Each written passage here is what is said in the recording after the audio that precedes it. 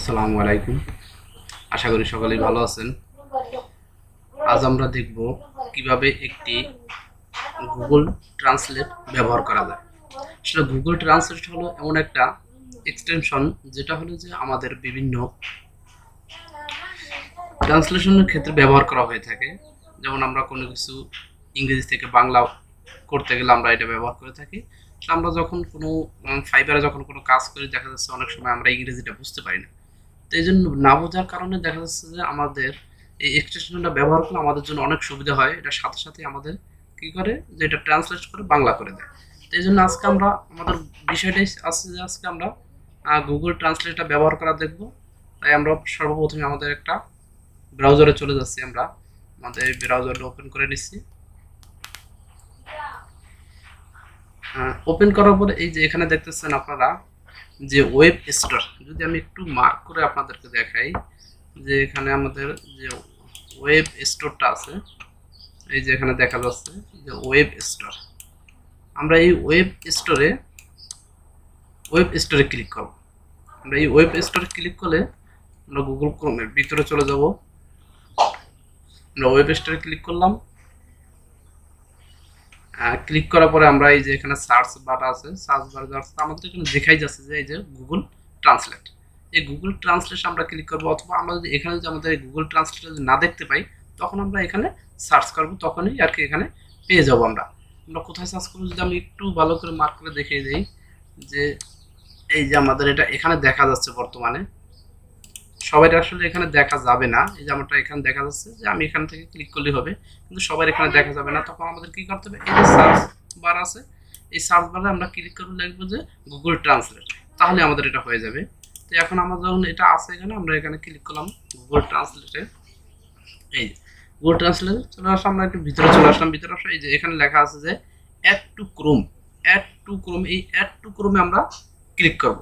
Add to ক্রোমে click করলেই আমাদের এই এক্সটেনশনটা আমাদের এই ব্রাউজারের সাথে অ্যাড হয়ে যাবে।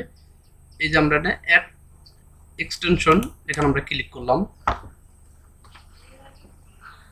এই যে আমাদের এটা এই যে সাইট দিয়ে কি হলো ডাউনলোড হয়ে গেল। এখন আমাদের এটা কি হচ্ছে, এটার সাথে অ্যাড হয়ে গেছে। এই যে আমাদের এক্সটেনশনটা এই যে আমরা এই যে এখানে এক্সটেনশন দেখা যাচ্ছে। যদি আমি একটু মার্ক করে আপনাদেরকে দেখাই, এই যে এই যে এখানে যে এক্সটেনশনটা আছে, এই যে এটা একটা এক্সটেনশন, অর্থাৎ এখানে আমাদের ক্লিক করে আমরা এটা পাবো। আমরা এই যে এখানে একটা এখন ক্লিক করতেছি, যদি দেখাই এই যে আমাদের এটা অ্যাড হয়ে গেছে। এখন আমরা যদি চাই যে এটা পিন করে, অর্থাৎ এখানে সামনে ভাসিয়ে রাখবো, তখন আমরা এখানে পিন করে রাখতে পারি। এই যে আমাদের এটা এখানে চলে আসছে। এখন কিন্তু আমাদের এটা মূলত এখন পর্যন্ত কোনো সেট আপ করা হয়নি, জাস্ট এটার সাথে অ্যাড করা হয়েছে। তো আমাদের সেট আপ করার জন্য আমাদের প্রথমে যেতে হবে যে এই যে থ্রি ডট আছে, এই থ্রি ডট বাটন আমরা ক্লিক করবো। থ্রি ডট বাটনে ক্লিক করবো, এই যে অপশন, এই অপশনে ক্লিক করবো। তো এটা যদি আমরা সেট আপ না করি তাহলে দেখা যাচ্ছে আমাদের কাজটা করবে না। তো এই জন্য আমাদের কি করতে হবে, এই যে এখানে যে ইংলিশ ল্যাঙ্গুয়েজটা আছে, মাই প্রাইমারি ল্যাঙ্গুয়েজ, এই মাই প্রাইমারি ল্যাঙ্গুয়েজ জায়গায় আমরা কি করবো, এখানে আমরা কোন ভাষায় মূলত ট্রান্সলেট করতে চাচ্ছি। তো আমি যখন বাংলায় করব, তো এই যে বেঙ্গলি ভাষাটা এটা সিলেক্ট করে দিব। এবং সিলেক্ট করে দিকে আপনারা যদি এখানে দেখবেন যে এক নম্বর এটা করা আছে, মার্কার আছে, আমরা এটা কি করবো মাঝেরটায়, অর্থাৎ এটা আমরা করে সেভ করে দিব। তখনই আমাদের এটা এখন অ্যাড হয়ে গেছে।